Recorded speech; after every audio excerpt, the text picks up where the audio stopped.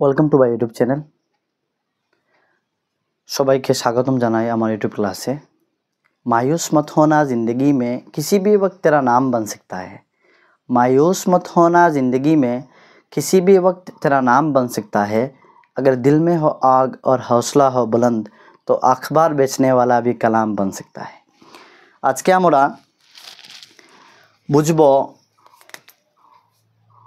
বা ক্লাস নিব। আজকে আমাদের ক্লাস শুরু হয়ে গেছে। লাস্ট ভিডিওর মধ্যে আমরা বলেছিলাম যে জেনারেল নলেজ এবং এসএসটির মধ্যে যে টপিকগুলি আলোচনা করেছিলাম, প্রিভিয়াসের কোশ্চেন থেকে টপিকগুলি আমরা অ্যানালাইজ করে এনে আলোচনা করেছিলাম। ওই টপিকগুলো নিয়ে একে একে ক্লাস হবে। আজকে থেকে ক্লাস শুরু হয়ে গেছে। ক্লাস 1 আজকের ক্লাস হচ্ছে ক্লাস 1 এডিআর 2024 এর ক্লাসগুলি রেগুলারলি আপনারা ওয়াচ করবেন। প্রতিটা টপিক কভার করা হবে, প্রতিটা টপিক ক্লিয়ার করা হবে একে একে।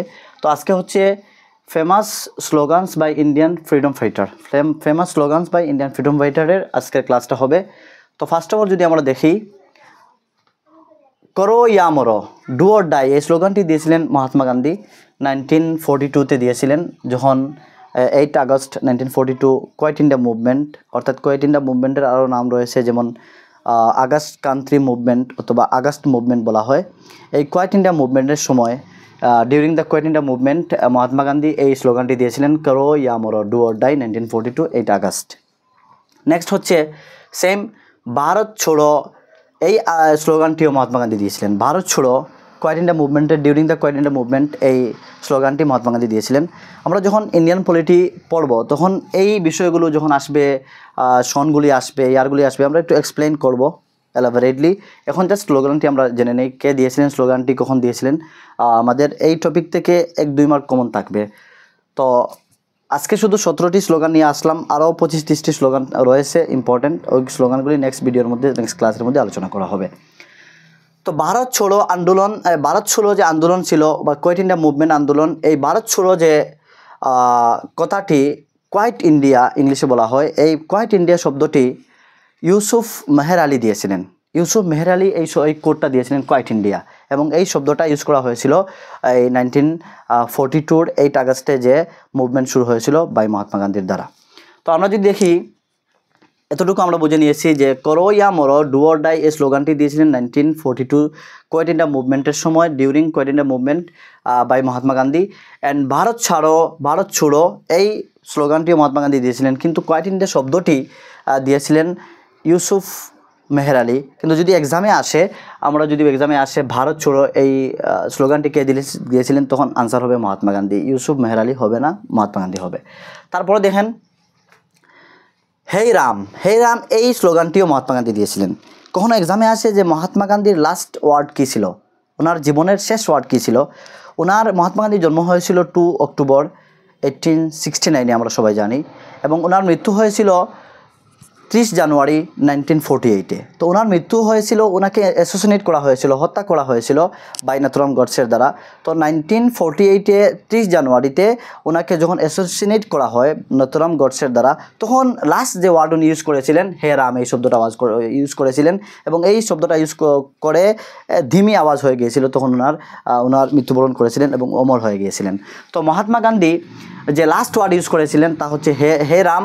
কখন ইউজ করেছিলেন? যখন ওনাকে অ্যাসোসিনেট করা হয় 30 জানুয়ারি 1948-এ, তখন এই শব্দটি ইউজ করেছিলেন, এবং ওনার এই স্লোগান হিসাবে ধরা হয়, এবং এই স্লোগানটি, এই ওয়ার্ডটি, ওনার সেন্টেন্সটি হচ্ছে জীবনের শেষ সেন্টেন্স। তারপর হচ্ছে রামারাজ্য ত্র গ্রামারাজ্য, এই স্লোগানটিও মহাত্মা গান্ধী দিয়েছিলেন। রামারাজ্য ত্র গ্রামারাজ্য এই স্লোগানটিও মহাত্মা গান্ধী দিয়েছিলেন। তারপর হচ্ছে ট্রুথ অ্যান্ড নন ভায়োলেন্স আর মাই গড, এই স্লোগানটি মহাত্মা গান্ধী দিয়েছিলেন। এই স্লোগানটি রামারাজ্য ত্র গ্রামারাজ্য, মেবি এই স্লোগানটি 1934-এ দিয়েছিলেন, মেবি 34 হতে পারে, আপনারা দেখে নেবেন। এই স্লোগানটি দিয়েছিলেন রামারাজ্য ত্র গ্রামারাজ্য, মহাত্মা গান্ধী দিয়েছিলেন, কিন্তু সনটা আমার তেমন মনে আসছে না, সনটা মেবি 1934-এ দিয়েছিলেন। তারপর হচ্ছে slogan truth and non violence আর my God, truth and non violence আর মাই গড, এই স্লোগানটি মহাত্মা গান্ধী দিয়েছিলেন। তারপর আরেকটি গ্রেট স্লোগান মহাত্মা গান্ধী দিয়েছিলেন, freedom is not road, having it does not include the freedom to make mistake. অর্থ হচ্ছে যে ফ্রিডম ইজ নট রোড, স্বাধীনতার মূল্য নেই। Having is does not include the freedom to make mistake. যদি ভুল করার স্বাধীনতা ইনক্লুড না থাকে, অন্তর্ভুক্ত না থাকে, যদি ভুল করার স্বাধীনতা অন্তর্ভুক্ত না থাকে তাহলে স্বাধীনতার কোনো মূল্য নেই। এই কথাটি মহাত্মা গান্ধী বলেছিলেন। এইটা হচ্ছে একটি গ্রেট স্লোগান। তারপর হচ্ছে আরেকটি স্লোগান মহাত্মা গান্ধী দিয়েছিলেন, হেট দ্য সিন, গুনাহকে ঘৃণা করো, অপকর্ম খারাপ কাজকে ঘৃণা করো, লাভ দ্য সিনার, যে খারাপ কাজ করে তাকে লাভ করো, হয়তো একদিন ভালো হতে পারে, একদিন ভালো হয়ে শুধরে যেতে পারে, খারাপ কাজ ছেড়ে দিতে পারে, তাই খারাপ কাজকে ঘৃণা করো, বাট যে খারাপ কাজ করে তাকে ঘৃণা করো না, তাকে লাভ করো। এই স্লোগানটিও মহাত্মা গান্ধী দিয়েছিলেন, hate the sin but love the sinner. তারপর হচ্ছে আরেকটি স্লোগান মহাত্মা গান্ধী দিয়েছিলেন, live as if you were to die tomorrow, এমনভাবে বসবাস করো যেমন তুমি কালকে মারা যাবে। Live as if you were to die tomorrow, কালকে তুমি মারা যাবে। তারপরে দেখেন ইউয়ের সাথে ওয়ার এসেছে। যখন আমরা কখন ইউয়ের সাথে ওয়ার ইউজ করি, যখন আমরা ইংলিশ ক্লাস নেব বুঝে নেব, যখন আমরা কোনো অসম্ভব, অবাস্তব বা হাইপোথেসিস কোনো কথা হয়, কাল্পনিক কোনো কথা হয়, তখন আমরা ইউয়ের সাথে ওয়ার ইউজ করি। তারপর হচ্ছে এই স্লোগানটি শেষ নয়, অনেকটা লম্বা স্লোগানটি, live as if were to die to die tomorrow, learn as if you were to live forever, শিখো এমনভাবে যেন তুমি সারা জীবন বাঁচবে। তারপর বলছেন উনি, an eye for an eye will only make the whole world blind. এত সুন্দর একটি স্লোগান, একটি কোট উনি দিয়েছিলেন। এই স্লোগানটিও মহাত্মা গান্ধী দিয়েছিলেন। তারপর আমরা দেখে নিই কি স্লোগান, তুম মুঝে খুন দো मैं तुम्हें आज़ादी दूंगा। আমরা সবাই জানি এত গ্রেট একটি স্লোগান সুভাষচন্দ্র বসু দিয়েছিলেন, তুম মুঝে খুন দো मैं तुम्हें आज़ादी दूंगा। এই স্লোগানটি সুভাষচন্দ্র বসু দিয়েছিলেন 1944 এই স্লোগানটি দিয়েছিলেন সুভাষচন্দ্র বসু। 1944 এই স্লোগানটি দিয়েছিলেন সুভাষচন্দ্র বসু। 1944 এই স্লোগানটি দিয়েছিলেন সুভাষচন্দ্র বসু। আমরা যখন ইন্ডিয়ান পলিটি পড়বো একটু এক্সপ্লেইন এলাবোরেট করে পড়বো। আজকে জাস্ট আমরা স্লোগান পড়ছি, এই জন্য এত এক্সপ্লেইন বা এলাবোরেট করতে যাচ্ছি না। স্লোগানগুলি বুঝে নেন, কে দিয়েছিলেন, কখন দিয়েছিলেন, এগুলি ইম্পর্টেন্ট, এক্সামে আসবে 100%। তারপরে বলে দিচ্ছি দিল্লি চলো। দিল্লি চলো এই স্লোগানটি সেম সুভাষচন্দ্র বসু দিয়েছিলেন। ইন্ডিয়ান ন্যাশনাল আর্মি, যখন ইন্ডিয়ান ন্যাশনাল আর্মিকে মোটিভেট করার জন্য তিনি এই স্লোগানটি দিয়েছিলেন, দিল্লি চলো, এগেনস্ট দ্য বার্মি, বা মানে বার্মার এগেনস্টে দিল্লিতে গিয়ে ওনারা মুভমেন্ট করেছিলেন। তো তা আমরা যখন পলিটি পড়ব তখন বুঝে নেব। এখন জাস্ট এই স্লোগানটি দিয়েছিলেন সুভাষচন্দ্র বসু। আর কখন দিয়েছিলেন? 1944 এই স্লোগানটিও 1944 দিয়েছিলেন। এবং ইন্ডিয়ান ন্যাশনাল আর্মিকে মোটিভেট করার জন্য দিল্লি চলো এই স্লোগানটি দিয়েছিলেন সুভাষচন্দ্র বসু। নেক্সট হচ্ছে জয় হিন্দ। জয় হিন্দ এই শব্দটা সুভাষচন্দ্র বসু ইউজ করেছিলেন, বাট এই শব্দটা সুভাষচন্দ্র বসু দেননি। এই শব্দটা জয় হিন্দ চম্পকরামন পেইলি নামে একজন মানুষ, উনি 1907 সালে জয় হিন্দ শব্দটা দিয়েছিলেন বা ক্রিয়েট করেছিলেন। চম্পকরামন পেইলি উনি 1907 সালে এই জয় হিন্দ শব্দটা দিয়েছিলেন। এবং সুভাষচন্দ্র বসু 1940 সালে 1940-তে এই জয় হিন্দ স্লোগানটা ইউজ করেছিলেন। জয় হিন্দ স্লোগানটা ইউজ করেছিলেন সুভাষচন্দ্র বসু। কিন্তু এই সুভাষচন্দ্র বসুর যে স্লোগানটি ইউজ করেছেন জয় হিন্দ, এই জয় হিন্দ শব্দটা বা এই জয় হিন্দ সেন্টেন্সটা, কোডটা ইউজ করেছিলেন বা ক্রিয়েট করেছিলেন ফার্স্ট অফ অল চম্পকরামন পেইলি। উনি 1907 সালে ইনভেন্ট করেছিলেন বা ক্রিয়েট করেছিলেন, আমরা অতটুকু জানলাম। তারপরে দেখেন ইনকালাব জিন্দাবাদ, এত গ্রেট একটি কোড, এই কোডটি অ্যাকচুয়ালি দিয়েছিলেন মৌলানা হযরত মোহানি এই কোডটি দিয়েছিলেন। আর এই কোডটি ইউজ করেছিলেন ভগৎ সিং, যাকে শহীদে আজম বলা হয়। মনে রাখবেন, শহীদে আজম বলা হয় ভগৎ সিং শহীদে আজম। উনি এই ইনকালাব জিন্দাবাদ এই কোডটি ইউজ করেছিলেন। কিন্তু এই কোডটি দিয়েছিলেন মৌলানা হযরত মোহানি 1921-এ মৌলানা হযরত মোহানি ইনকালাব জিন্দাবাদ এই কোডটি ক্রিয়েট করেছিলেন। কিন্তু এই কোডটি ইউজ করেছিলেন ভগৎ সিং। ওনাকে ফাঁসি দেওয়া হয়েছিল 1928 সালে আমরা যখন পড়ব তখন দেখব 1928 সালে ওনার দ্বারা বাই মিস্টেকলি ব্রিটিশ একজন জুনিয়র পুলিশ অফিসারকে মার্ডার করা হয়েছিল, ওনার দ্বারা হয়ে গিয়েছিল 1928-এ। এরপর ওনাকে 23 মার্চ 1931-এ হ্যাং করা হয়েছিল, ফাঁসি দেওয়া হয়েছিল। তো এর পূর্বে উনি এই স্লোগানটা, গ্রেট স্লোগানটি ইউজ করেছিলেন, ইনকলাব জিন্দাবাদ। এই জন্য এক্সামে যদি আসে ইনকলাব জিন্দাবাদ কে বলেছিলেন, ইউজ করেছিলেন স্লোগানটি কার? স্লোগানটি হচ্ছে শহীদে আজম যাকে বলা হয় ভগৎ সিং। আর এই স্লোগানটি কিন্তু ক্রিয়েট করেছিলেন মৌলানা হযরত মোহানি 1921-এ। আশা করি আপনারা বুঝতে পেরেছেন। তারপর হচ্ছে সাম্রাজ্যবাদ কা নাশ হ, এই যে স্লোগান, এই স্লোগানটিও ভগৎ সিং দিয়েছিলেন, যাকে শহীদে আজম বলা হয়।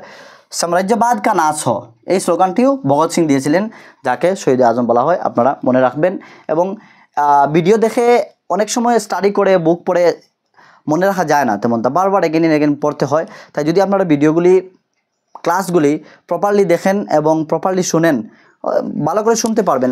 ম্যাটার হচ্ছে শোনা, দেখার কোনো প্রয়োজন নেই। আমি তো বলে দিচ্ছি আমার আওয়াজ ক্লিয়ারলি যাচ্ছে, আপনি দিন শুনবেন। যদি আপনার সময় না থাকে হেডফোন লাগিয়ে আপনি শুনতে পারেন, ভিডিও চালিয়ে শুনতে পারেন। বারবার যদি আপনি শুনে নিন, 3 বার 4 বার 5 বার শুনে নিন, তাহলে আপনার শর্ট টার্ম মেমোরি থেকে ফিক্সড মেমোরিতে চলে যাবে এবং ফিক্সড হয়ে যাবে। আপনার এক্সট্রা করে আর পড়তে লাগবে না, এক্সট্রা করে পড়তে হবে না, মেমোরাইজ করতে হবে না, এক্সামের জন্য প্রস্তুত হয়ে যাবে। আর 100% স্লোগান থেকে এক্সামের মধ্যে 1টি অথবা 2টি কোয়েশ্চন আসে। তো আপনি হেডফোন লাগিয়ে শুনে নেবেন, রাস্তার মধ্যে, ট্রাভেলের মধ্যে, কাজের মধ্যে শুনতে পারেন। আপনি যদি এক্সামের তৈয়ারি নিচ্ছেন, এক্সাম ক্র্যাক করার আপনার ইচ্ছা হয়, তাহলে আপনাকে স্টাডি করতে হবে ভাই, যে কোনো উপায় স্টাডি করতে হবে। যদি স্টাডি না করেন তাহলে কখনো এক্সাম ক্র্যাক করতে পারবেন না। এবং ভালো স্বপ্ন দেখার প্রয়োজন নেই। এক্সাম যদি ক্র্যাক করতে পারেন, জব আসে, তখন লাইফে আপনি হ্যাপি থাকতে পারবেন, আপনি মোটামুটি চলতে পারবেন। আর যদি স্টাডি করার মন না থাকে তাহলে কীভাবে আপনার এক্সাম ক্র্যাক হবে? তারপরে দেখেন, সাম্রাজ্যবাদ কা নাশ হ, এই স্লোগানটিও ভগৎ সিং দিয়েছিলেন, যাকে শহীদে আজম বলা হয়। তারপরে সারে জাহাঁ সে আচ্ছা, আমরা সবাই জানি এই সারে জাহাঁ সে আচ্ছা এত সুন্দর একটি পোয়েম ছিল, অত সুন্দর একটি পোয়েম ছিল না, একটি পোয়েম যা আল্লামা মোহাম্মদ ইকবাল উনি এই পোয়েমটি কম্পোজ করেছিলেন 1904 সালে। 1904 সালে ওনার পোয়েমটি পাবলিশ হয়েছিল। এই পোয়েমটি হচ্ছে সারে জাহাঁ সে আচ্ছা। তো ক্রিয়েটার হচ্ছেন আল্লামা মোহাম্মদ ইকবাল এবং 1904 সালে উনি ক্রিয়েট করেছিলেন। তারপর হচ্ছে জনগণ মন। জনগণ মন আমাদের দেশের ন্যাশনাল অ্যান্থেম। তা আমাদের দেশের ন্যাশনাল অ্যান্থেম আমরা সবাই জানি, তা বাংলা ভাষায় লিখেছিলেন রবীন্দ্রনাথ ঠাকুর। আর রবীন্দ্রনাথ ঠাকুর আমরা জানি এত একজন গ্রেট মানুষ, একজন কবিগুরু যাকে বলা হয়। ওনার সম্বন্ধে আমরা একটি ক্লাসে পার্টিকুলারলি আলোচনা করব। তো রবীন্দ্রনাথ ঠাকুর উনি এই জনগণ মনোয়দি এই অ্যান্থেমটা, প্রথমে তো অ্যান্থেম ছিল না, উনি পাবলিশ করেছিলেন বা গেয়েছিলেন 1911 সালে। এরপর ওনাকে ভারতবর্ষের প্রথম উনি নোবেল প্রাইজ পেয়েছিলেন, যে ওনাকে নোবেল প্রাইজ দেওয়া হয় 1913 সালে। মনে রাখবেন, এই সালগুলি কিন্তু অত ইম্পর্টেন্ট, এক্সামে আসে। স্লোগানের সাথে সাথে আমরা কিছুটা সালও শিখে নিলাম, যেগুলি সাল আমার মনে আসছে আমি বলে দিচ্ছি আপনাদেরকে। তো রবীন্দ্রনাথ ঠাকুর উনি 1861 সালে মেবি জন্মগ্রহণ করেছিলেন, আর মৃত্যুবরণ করেছিলেন 1941 সালে। তো মৃত্যুবরণ জন্মগ্রহণ কমই আসে, প্রায় এসে যায় এক্সামের মধ্যে। কিন্তু স্লোগানটি দিয়েছিলেন জনগণ মনোয়দি, স্লোগান না, এই গানটি অ্যান্থেমটি দিয়েছিলেন রবীন্দ্রনাথ ঠাকুর 1911 সালে এবং উনি নোবেল প্রাইজ পেয়েছিলেন 1913 সালে। আপনারা এগুলি মনে রাখবেন। তারপর হচ্ছে দেশ বাঁচাও দেশ বানাও। দেশ বাঁচাও দেশ বানাও, এই স্লোগানটি দিয়েছিলেন, গ্রেট স্লোগান। এই স্লোগানটি দিয়েছিলেন পিবি নরসিম্হা রাও। পিবি নরসিম্হা রাও এই স্লোগানটি দিয়েছিলেন, দেশ বাঁচাও বাঁচাও দেশ বানাও। এই স্লোগানটি পিবি নরসিম্হা রাও দিয়েছিলেন। তারপর হচ্ছে স্বরাজ হামারা জনমসুদা অধিকার হে, এই স্লোগানটি দিয়েছিলেন বাল গঙ্গাধর তিলক। স্বরাজ হামারা জনমসুদা অধিকার হে, এই স্লোগানটি দিয়েছিলেন বাল গঙ্গাধর তিলক। উনি এই স্লোগানটি দিয়ে অনেক ফেমাস হয়েছিলেন এবং এই স্লোগানটি আমার মনে আসছে না কোন সনে দিয়েছিলেন উনি, কিন্তু এই স্লোগানটি দিয়েছিলেন স্বরাজ হামারা জনমসুদা অধিকার হে, এই স্লোগানটি দিয়েছিলেন বাল গঙ্গাধর তিলক। তখন আমরা আরেকটু দেখে নেই মহাত্মা গান্ধী সম্পর্কে। মহাত্মা গান্ধী ওনার যে বায়োগ্রাফি রয়েছে, উনি জন্মগ্রহণ করেছিলেন 2 অক্টোবর 1869 সালে। আমরা সবাই জানি 2 অক্টোবর 1869 সালে জন্মগ্রহণ করার পর থেকে আর্লি চাইল্ডহুড যখন ওনার শুরু হয়, আর্লি চাইল্ডহুড থেকে নিয়ে 1921 অবধি পর্যন্ত ওনার বায়োগ্রাফিতে লিপিবদ্ধ রয়েছে, ওনার হাতের লেখা। বায়োগ্রাফি হচ্ছে 2 types of biography. Biography means যে জীবনী আমরা অন্যের দ্বারা লেখা হয় তাকে বায়োগ্রাফি বলা হয়, আর যখন আমার জীবনে যখন আমি নিজে লিখবো তখন তাকে বলা হয় অটোবায়োগ্রাফি। তো মহাত্মা গান্ধীর এই বায়োগ্রাফির নামটা হচ্ছে the story of my experiments with truth.